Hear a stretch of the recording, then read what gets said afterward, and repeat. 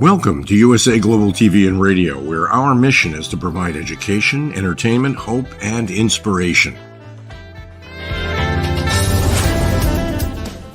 USA Global TV and Radio connects you with experts and audiences all around the world every single day to help you succeed in business and to live a richer life. Visit us at usaglobaltv.com to learn about career and life-changing training and mentoring programs like the Listening Mentor. Subscribe to our newsletter to stay informed about our special programs and offers. Discover how you can become a guest on one of our shows or a host or producer of a USA Global TV and Radio show of your very own. That's USA Global TV and Radio, where the doctor is always in.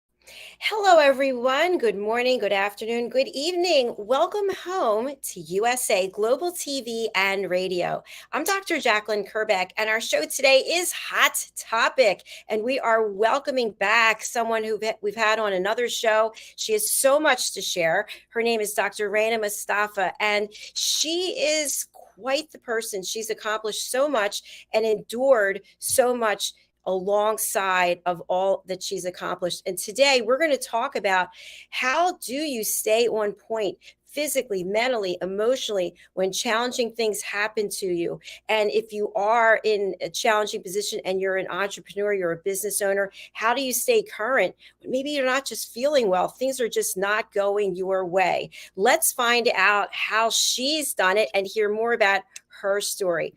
Welcome to the show. Hello. Good morning. So good to see you again. How are you doing today? Great. Thank you.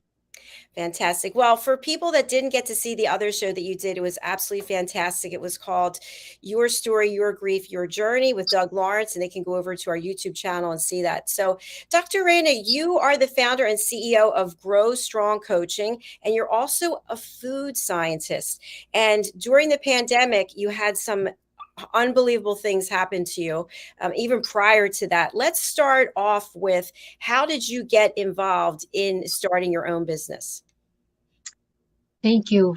Thank you for this really great question. In fact, I was working and I think after moving to Canada, I thought getting the great job that I always dreamed to get, it's something very fantastic. I need to celebrate, right?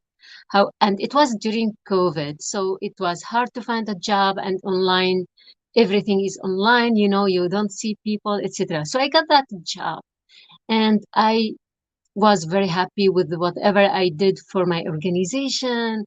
And suddenly on Mother's Day last year, in fact, I heard that, or I learned that I have breast cancer. So the news was super hard on me because I already survived the Syrian civil war. I was a university professor. I was super happy with my work, my students. I created the impact that I want. However, everything stopped during the war and my life changed forever. So I decided to move to Canada, and it was my first move. I left behind everything. I had already started my entrepreneurial journey with a chocolate that is special for people with some health issues. It was chocolate based on Karo. So all these dreams disappeared. I came to Canada after starting that beautiful, great job.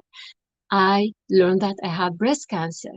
And during the treatment, I decided to start another entrepreneurial journey, which is coaching. Amazing. Amazing. You had everything going for you. You were happy. You were in a good place. The war, and then you get this diagnosis. Do you think, as you look back on it, that the fact that you were in the war, going through this, that had an impact on your health? Absolutely. Absolutely. And this is one of the questions that I asked myself when I learned that I have breast cancer. The shock was huge. I was a university professor for over 10 years. What I teach, food science, food chemistry classes. My main focus was the interaction between what we eat and how we feel, the cancerogens in food, the connection between additives, other toxins in what we eat, and the impact on our health. I am very health conscious. I eat very healthy. I exercise. I'm very fit. So I asked myself, like, and I did the genetic test. I don't have the genes. So what happened? Why did I have breast cancer? In fact, the only answer that I had, other than, random things happen to us, the emotional stress. 5 years during the war, and whatever I did to manage the stress was not good enough. It's huge. And moving to another country, transitioning to new things also affected my health. The stress level was so high that I believe that it was connected to my illness. And I can tell you, like, there were some times where I really overworked, worked so hard. I'm a single mom. I have two kids. I moved to a new country. I came to Canada with $0 in my banking account, with zero contact here. I don't know any person. So how to build that financial security, financial safety, and the network so we feel that belong to this new home that we chose? It was a lot of stress, but guess what? I was able to manage it finally. I love your attitude and your whole demeanor. When you just described that you moved to a country where you knew no one and you had no money, I'm getting stressed out thinking about it. So, but yeah, you said you were very fit, very conscious of what you were eating, and you were, I imagine, doing self care work. Can you tell us? You knew you were under stress, but on a scale of 1 to 10, where did you think you were versus where you really were for stress level? Well, it depends. Sometimes I was at like 10, honestly, but it depends how long I was at that level. It doesn't matter if some moments were very, very stressful because you need to pay the bills, you need to look after the child. But how long that level, how long you stayed in that level, I think this is what I was able to manage. So I have that peak, and like I look at myself, like, what's going on now? No, I know that I am very stressed now. So what can I do? And this is how you manage the stress up and down. And I tell you, yes, I was so shocked that I have that breast cancer. I cannot believe it. Until now, I feel that it was a joke. MRI, CT scans. Are you kidding me? No, I don't have cancer. I'm kidding. So the thing that what happened and what helped me, my body responded to treatment in a wonderful way. After chemotherapy, cancer disappeared. I have that level of energy back. I have that attitude. I was able to manage the treatment, which was super hard on my body. But see, we all have different level of stress. But the only thing that we need to know is to recognize it and ask ourselves what can we do to manage it so that we don't stay longer. Because if we when we stay longer, this is where we will have issues. You And men- I might sound like it's contradictory, like why did I have the cancer if I managed the stress? I have no idea. But what I try to believe in, that my management to stress helped me to find a great job in Canada and move from Syria to Canada with a work permit, and then start my position as a visiting professor. It was a great job. After that I found my current job.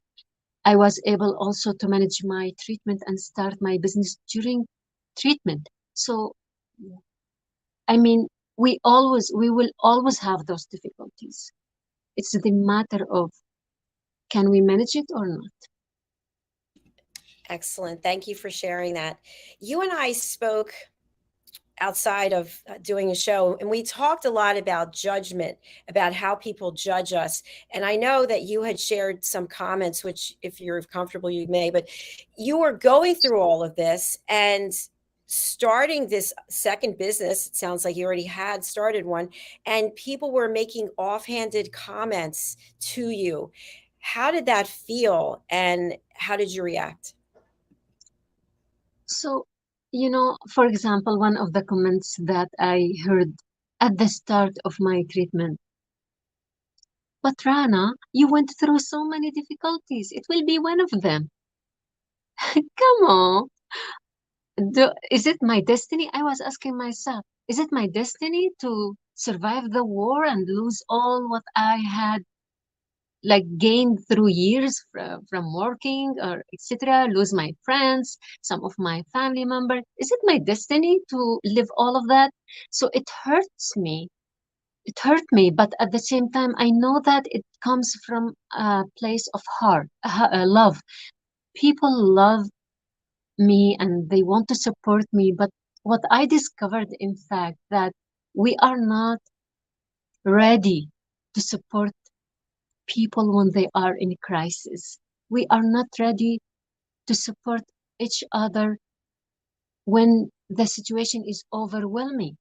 Like, I don't think how many people think of taking a mental health course if they don't have any issue. We don't. And what happened when someone is in distress or they have overwhelming situation, we try to support them, but the way that we support them is really sometimes not appropriate.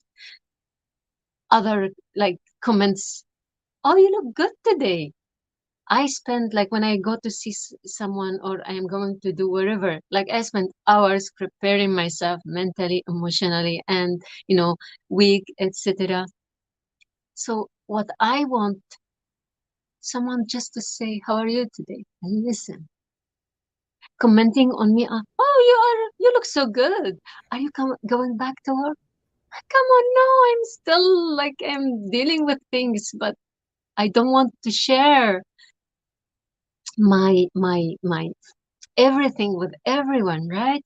And this is why I think I started sharing my reality so people understand that there is behind the scene, there is fear, there is anxiety, there is sadness. I'm not that happy person all the time.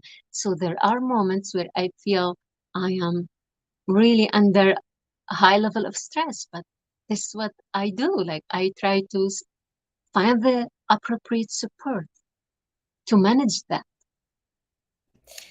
I love what you just said. And, doctor, I was thinking of you this morning because you're earlier than we are here on Eastern Standard Time and Eastern Daytime, whatever it is. And I was getting ready and I thought about you getting ready. And I think it's, and I thought to myself, you are just such a pillar of strength. And yet, from speaking with you and having a real conversation of two women talking, it takes a lot to get that strength. It's not like you just wave a wand and there it comes. You have to work on it. You have to, I know for me, you got to get rid of all that negative self talk and those offhanded comments that people make. And I'd love to have your input on this. I feel like people make comments because they want to be supportive, like you shared. They do care, but they're uncomfortable and they don't know what to say. So they say something, they just blurt something out because they don't know if they should really ask the important questions because maybe you won't want to answer. Maybe it'll be offensive. So I think there should be some kind of training or course that people can take to ask the questions. I feel people want to be heard. They want someone to really listen, not go, "Hey, how are you doing? Oh, hi, how's it going? Yeah, okay, I'll get back to you." No, right? It's when you ask how you're doing, you should be there to hear the answer. Well, you raised a great point. In fact, yes, absolutely, you are right. There are two part of the answer. In fact, the first one, how to build our resiliency when we are okay, how we step out of our comfort zone and test things and build this resiliency. So we don't need to live in fear, expecting something big to happen. But life has, this is reality. Life will throw at us many challenges. But if we build that resiliency, we would be more prepared to manage it. The answer to your question, how to support someone, or what kind of training, or what kind of things we can do in order to support each other. Of course, we have already wisdom. We have already wisdom in us. We need just to be intentional and think about it. But it's easy to say, harder to apply. So, in my opinion, listening skills is number one. So I invested in myself in so many listening courses, and the last one was yours. And the other thing is mental health courses. And the third is coaching. You can't believe it. Coaching is a great tool to help us ask the right question from a curiosity place, from a learner mindset. We are not asking someone, how are you doing? To hear that, oh, I'm doing great. No, we are asking to see how really this person is doing. Without the answer, we don't need to answer, to just listen. So mental health courses, basic, like first aid mental health courses. There are so many that I have done so far. Um, Listening courses, improving our listening skills, improving our intentional questioning ability by learning how to coach, asking that right question at the right time so we can just support each other. Brilliant. You read my mind because I was going to announce that you have joined our team as an elevated listener because you appreciate how important listening is. So I thank you for that. Our team is excited to meet you, and you have a lot to bring to us as well. So thank you for that. Thank And you. Doctor, I'd love to have you share a little bit about the fact that you're going through the treatment and you start this business. So I would think that you had to really channel the energy in order to be able to start the business, because businesses take a lot of work, right? I know I'm wearing 20 hats a day. So when you think about it, what were some of the challenges you faced in opening a business, and what can people learn from your experience? Well, as you mentioned, starting a business and wearing 10,000 hats, this is the main challenge. But in fact, because I am just thinking of it as something that I like, something that is helping me to concentrate my energy, my mental energy on what I like, on my whys, on my life purpose. This is why, for me, wherever I am, like whatever the challenges are, I'm okay to face them. So the reason why I started this business, there are two reasons. First of all, I just discovered due to cancer and the news that do I live, am I going to live more? How can I, like, what is the best way to live my life day by day as it's the first day in my life, with excitement, with happiness, with ability to manage challenges. So being able to share my story, help others, that drove me to handle all these, challenges that comes when you think about starting a new business. The other reason, as I mentioned, so when you have challenges and you cannot control them, okay? So can I control that I have cancer? Of course not. Can I control that I need to go to the hospital to have a treatment every 2 weeks or every week? I cannot control that. How can I control my mindset? Okay, be positive. I heard that a lot. Be positive, think positively, think of wherever. What I found is most important for people who are facing life challenges is go back deep and think about their hobbies, their purpose, what they like in life, things that they like in the past and they didn't get the time to think of it. So in my previous job, in my career as university professor, I did training, consulting, coaching, etc. So I thought this is the piece that I like. I want to be in contact with people, inspire them, motivate them, support them to achieve their goal faster.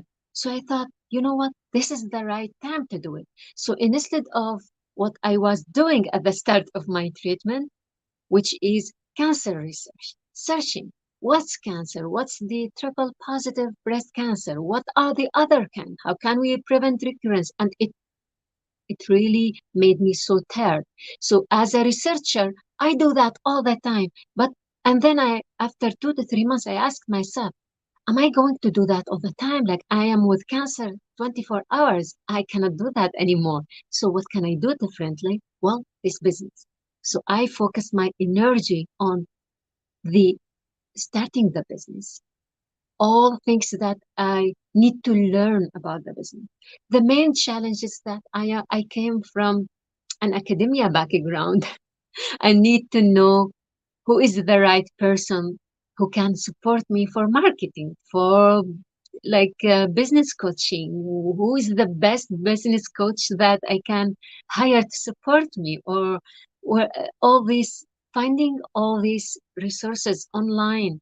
Like now, internet has everything. You can be overwhelmed by the resources online, and this is, I think, was the main challenge. But and this is why I understand the importance of coaching and mentorship.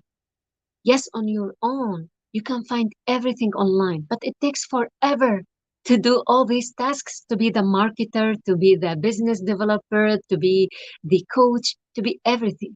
So to manage those challenges, I decided to identify who are the people who will support me so I can go through every steps of my business and be able to launch my business on the right time.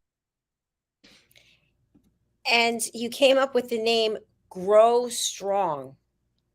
I picture, and I know in your background you have greenery and that's so positive and uplifting. I just feel lighter. Absolutely. So as a food scientist, I love plants. I love the fact that most of our food, maybe, or half of it, is from plants. And I love how nature gives us a lot of lessons in resiliency. Just observe the plants, how they grow, perennials. They die during winter. They cannot resist the cold weather, but the roots are still there. When it's the right moment, they come back. And this is what I wanted to do with my business, or take a lesson from plants and nature. Yes, we might have difficulties. Yes, you might lose your breast due to breast cancer. Hair, you lose other things in your life, and it's very hard. But the essence, the roots are still here. When it's the right time, it will grow back again with the right environment, the right soil, seeds.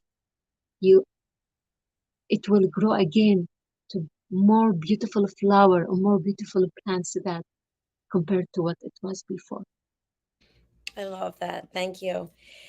I'm wondering, based on your experience as a professor and also surviving the war and breast cancer, what do you think is the most difficult thing to lose?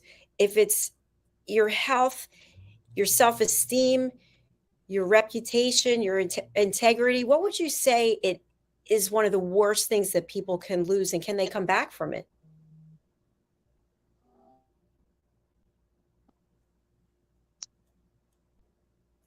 Sorry.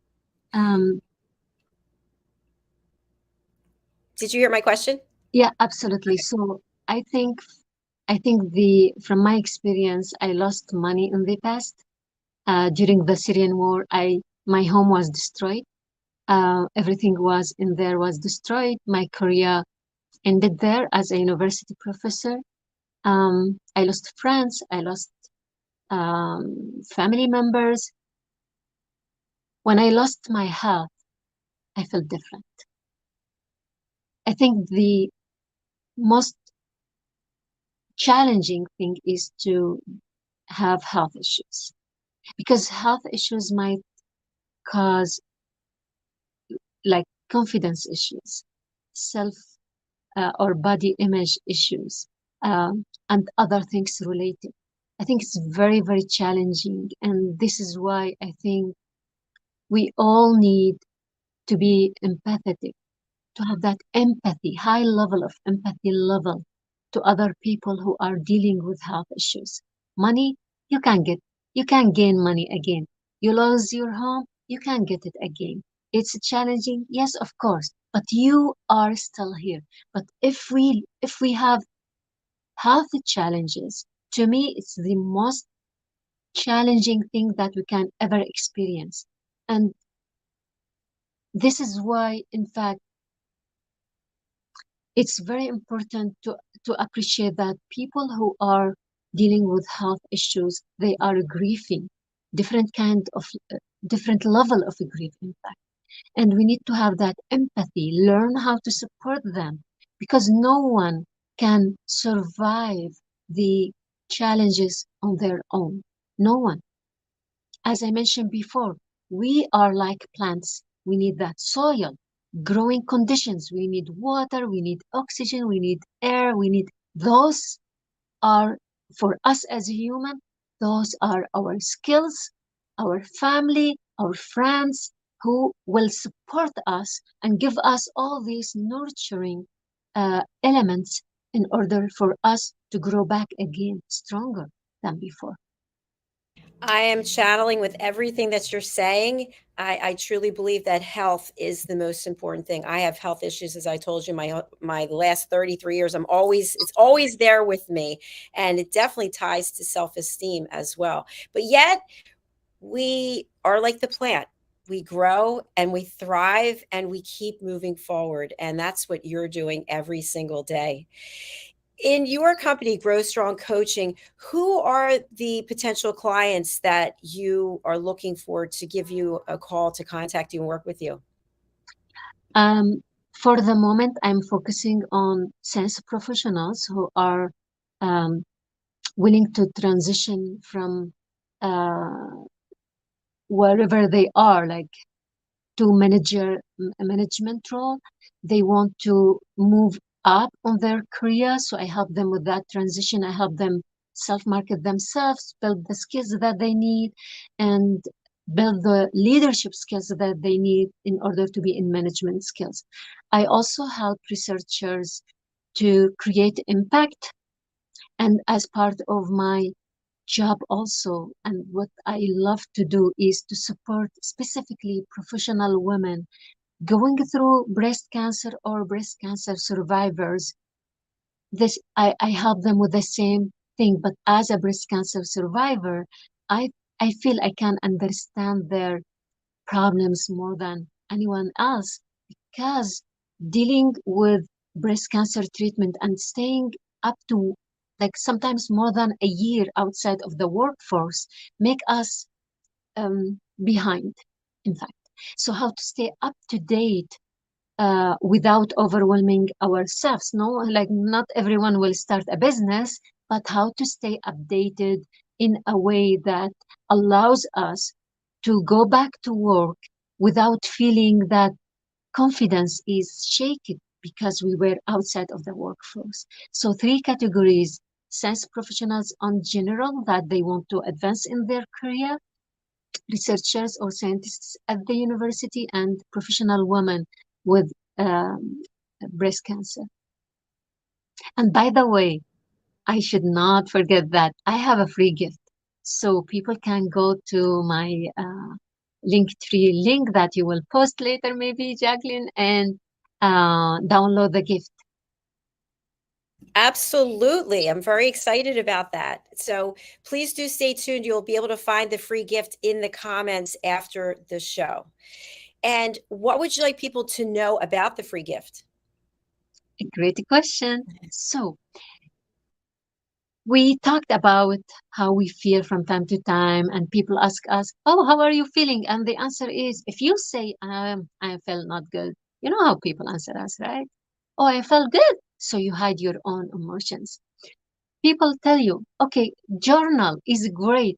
Well, what to write? Do I write everything? Is it helpful? So I came up with um, a strategy to journal, and the way to do that, I called it mind forecast. You know, Jacqueline, when we wake up in the morning, we look at the forecast. Oh, it's rainy today. What do you do if it's raining? You take your umbrella with you, or you wear something special. If it's not minus 30, like here in Saskatchewan, you need to dress appropriately to the weather, right?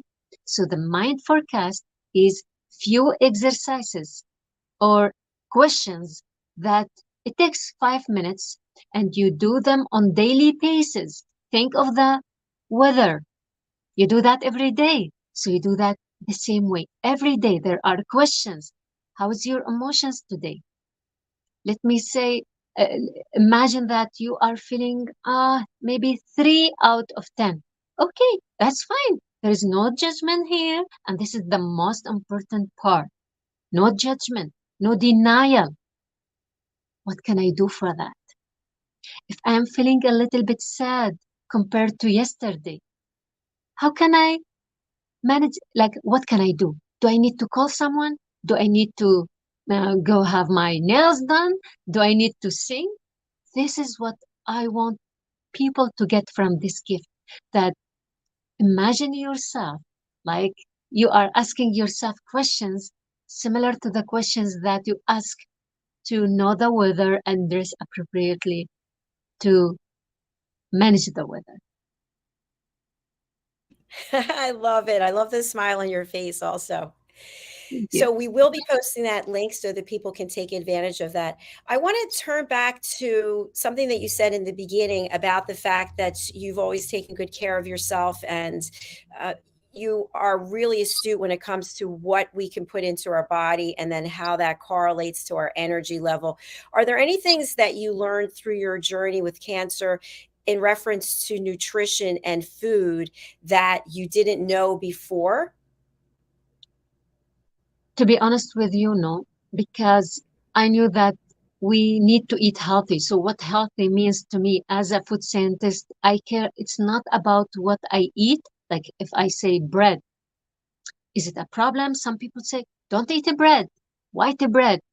My philosophy in what we eat is how much you eat, what do you add to this slice of a bread, where to store the food, what additives were added to that food. Are you making your own rice, or you are just going to the restaurant eating? Are you eating processed food? So all these things I used to teach for students in the past, and you raised a great point, because to me, I this is one of my future plans, is to write a guide on how food helped me to maintain my weight during treatment and now on hormonal treatment. Most women, when they finish treatment and they start the hormonal treatment, the hormonal treatment cause weight gain, and they do everything, and they, like, I heard it a lot, like, we couldn't manage it, we are gaining weight, what to do? I didn't gain any pound. I have my ideal weight. I lost some weight at the beginning of my treatment, but I was able to return them back, gain them back, and then I'm stable. So the main idea is to eat uh, fruit and vegetables and non-processed food. Simple. I don't go to Starbucks or McDonald's to have smoothies every day. I don't eat like I don't. I am aware of the amount of sugar I put on my body. I don't say that I eat ice cream from time to time. Absolutely not. I enjoy food. I eat everything. However, I know what quantity I want to eat from any food that I like. And how frequent is I'm eating this food and the amount. And this is what matters. Thank you for sharing that. It sounds like it's not a matter of having a list and going, no, no, no, no. It's just how much and how often. Absolutely. So that's very good to know. And I feel like life is like that too. Everything in moderation, maybe not everything, but when you were talking about before, when you were pushing yourself, you were working constantly, you were pushing your body and your mind. And I know I do that a lot myself, and we don't even realize that we're in the throes of it until something happens. What recommendation or advice would you give specifically to women in business out there who are wearing all these hats, juggling? Maybe they're a single mom. When is it time to take a break, and how to do that when you're still running your business? Great question.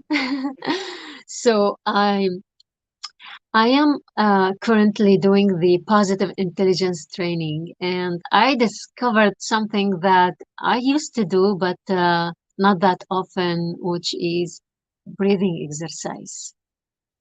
You know, it really doesn't take time to take breaks. So I was like, I had challenges in the past. When I am working, they tell you like every 20 minutes, do this and do that, take a break.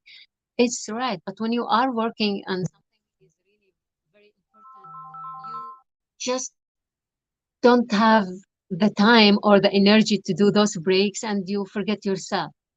So what I am teaching my clients now is to take 1 minute break, just 1 minute.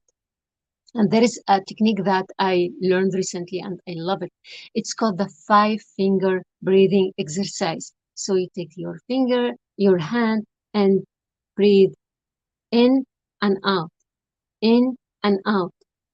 It doesn't take more than like 1 minute to do that, or maybe few seconds, but it helps you to just focus on your breath and to ground yourself, recenter, and restart again. And you might think that we need longer breaks, but honestly, from my experience, I think taking those frequent 1 minute break is more beneficial than taking break every 2 or 3 hours. I like that. I've never actually thought of doing that, but that makes a lot of sense. Because when you think about setting aside a block of time, that's kind of, whoa, I don't know if I can do that. Where am I going to make up that amount of time? But maybe every hour, every couple of hours, you take a break, maybe meditate, affirmations, maybe go outside and just get with nature, and as well as plants. I love how that's your diet, your nutrition comes primarily from plants. Well, my diet is based on the Mediterranean diet, and in the Mediterranean diet, we don't have the no, like no to this, no to that. We don't have that. We eat everything, but in moderation. So you eat meat, but the quantity is less than what we eat in North America. We eat sweets, but the sugar that we eat on daily basis is way less than what we eat here. The salt as well. So salt, sugar, we have less on our diet compared to here. Plants, we have more. We cannot, like, we don't make any meal without a salad or soup. Meat, it's not every day. So you can say that Mediterranean diet, it's also flexitarian. So we are flexible. So if I eat today, if I eat meat today, tomorrow it might be beans. The following day it might be meal with meat, with beans, but the quantity of meat is really less than if it's just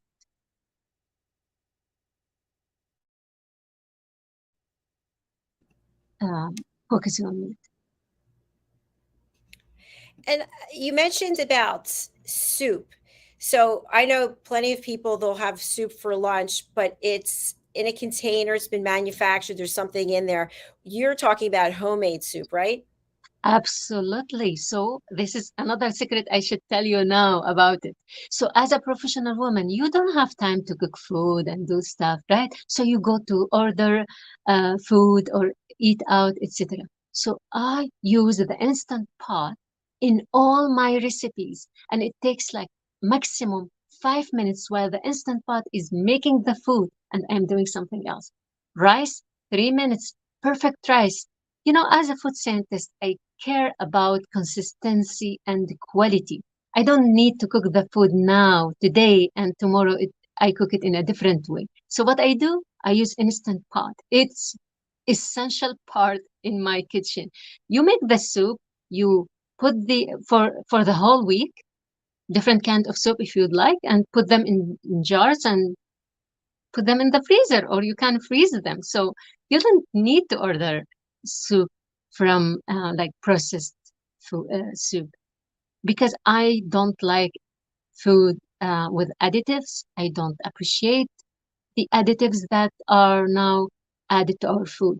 So if we can reduce the amount of what we eat from processed food, like I'm not saying delete that. We need that. Like I like sausages. I like bacon. But I eat it, as we said before, not frequently and in small amounts. It's a matter of changing your mindset, isn't it? Absolutely. I know I was eating very healthy for about 9 months. And I think I told you the doctors said that my colon had gotten worse. And I was so angry because I thought I gave up caffeine, I gave up sugar, I gave up this, and this. And it didn't do any good. So then I started eating it again. So now I'm weaning myself off. But I'd love to have your mindset when you got that news. You said it was Mother's Day and you did all the right things, and then you get the cancer diagnosis. Were you angry? Were you, why me? Absolutely. Like all of us, we get that. We are human, right? The problem was when I asked myself, why me? Even now, when sometimes I repeat again, like when I see myself without my beautiful hair, which was exactly like what you see now, I look at that, I say, like, God, like, why me? And then right away, I hear the answer. Who do you want to have the cancer? Do you want your friend to have the cancer? Do you want your daughter to have the cancer? Who do you want to have the cancer? And right away I said, no, no, okay, okay. This question is not appropriate. What can I do? So we cannot avoid listening to that question, but that answer for me helped me to just shift back, recenter back. Okay, no, I don't want anyone else to have cancer. And this is why I am now a breast cancer advocate. That's amazing what you thought about. Well, if it's not me, who do I want to have it? You don't want anyone else to have it. So therefore you accepted it. You're accountable, responsible for going through the treatment and getting yourself better. Absolutely, absolutely. And this is something that people who were in my friends, for example, when they for certain time, if at any time they see me like sad or I'm really like the treatment was very, very hard on me, they look at me and they said, Rana, we just look at you, you are inspiring us. So if you are weak, like one of my friends told me, like, you don't have the right to be weak. I said, what? She said, yeah, like I look at you, you are inspiring me. I feel every day, whenever it happens to me, I say, oh my God, like I need to manage it because look at Rana, how she is doing. And I felt that also um, like affected my mindset, made me feel that, yeah, this is my purpose to help others, to inspire them. And of course, I have people around me who are helping me. It's not like I'm doing that, I'm a superwoman. Of course not. No one is in that situation. But I think the secret that I discovered that we become really smart in choosing the right people around us who support us so we can make the journey. And you have been able to be part of another group of women and you're empowering each other. Can you tell us more about this? Absolutely. So um, at the beginning of my treatment, I felt that I need to connect to other people like me. So they inspire me. When I see other women who have been surviving cancer for over like 15 years, I just feel that I can make it like them. So I will survive, right? So I am part of different local organizations supporting in different ways. On one of the organizations, I am volunteering with them as a media coordinator is Boosting with Energy Dragon Boat. And it's a dragon boat um, that all the paddlers are breast cancer survivors. And the idea started in Vancouver, Canada, years ago with a study at the university. A university professor discovered that physical exercise and especially paddling helps women after breast cancer, um, and it reduces the risk of lymphedema because often when we have mastectomy, they also remove lymph nodes and the breast cancer spread to the lymph nodes very fast. So what happened that we lose this mobility with the hands, and he discovered that this kind of exercise help women to reduce the lymphedema risk and increase the survivor rate. So that movement started in Vancouver and now it's in all over the world. So we meet in that with that team, Boosting with Energy Dragon Boat. We paddle in winter in Saskatchewan on in the pool, on the edge of the pool. You know why? Because we are resilient women. Nothing stops us from doing what we need to do in order to maintain and look after our health. So we paddle, and when the weather is great, for example, tomorrow, it will be our first time this summer to go to the river to paddle, and we have festivals. We go and we race with other group of breast cancer survivors. We support each other, and I can tell you how that team is very supportive, and it was part of my healing process. Everything that you're sharing is so powerful and just so inspiring. I really am just so humbled that you are here today sharing your story and giving us all things to be grateful for and ways to help each other, especially as women. The community of women, especially women in business, continues to grow. We have our challenges. And I just thank you and honor you for sharing your story and for your strength and your courage. I would like to thank you to give me the opportunity to share these stories, and I am hoping that those stories would be the survivor guide for other people. Absolutely. If you could tell us once again about your special gift, and then we'll get that out to people So as soon as it's possible. yeah, it's a way to journal. It's called Mind Forecast. A few questions you ask on daily basis, and it helps you to journal and manage your daily mental health. And it's so powerful. You just need to try it and let me know if it works or not. Fantastic. Thank you so much, Doctor. And we'll look forward to posting that link for your link tree and also for the special offer. And if people want to reach out to you, they can also contact you on LinkedIn. Is there any other way? On the link tree, you will find my email, drranamustafa@gmail.com, or on LinkedIn.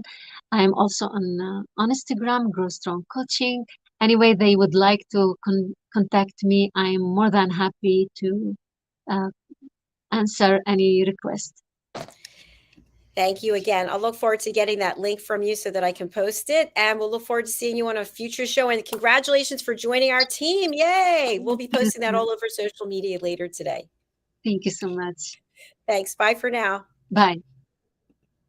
And thanks to each and every one of you who are watching or listening. Please spread the word about USA Global TV and Radio. We'd love to hear your story, whatever your hot topic is. We're here for you. Please do reach out to Dr. Rana. She is a wealth of information. She's a beautiful soul, a beautiful person, and she is here for you.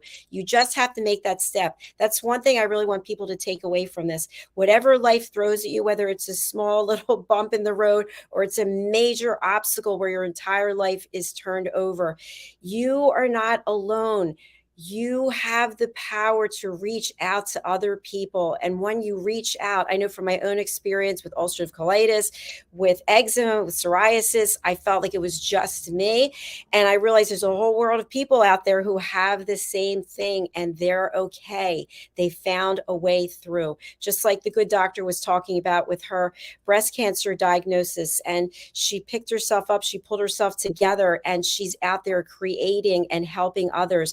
Please do contact her again over on LinkedIn and look for the fabulous special offer that she has for you. It will be coming very soon as we close down the show.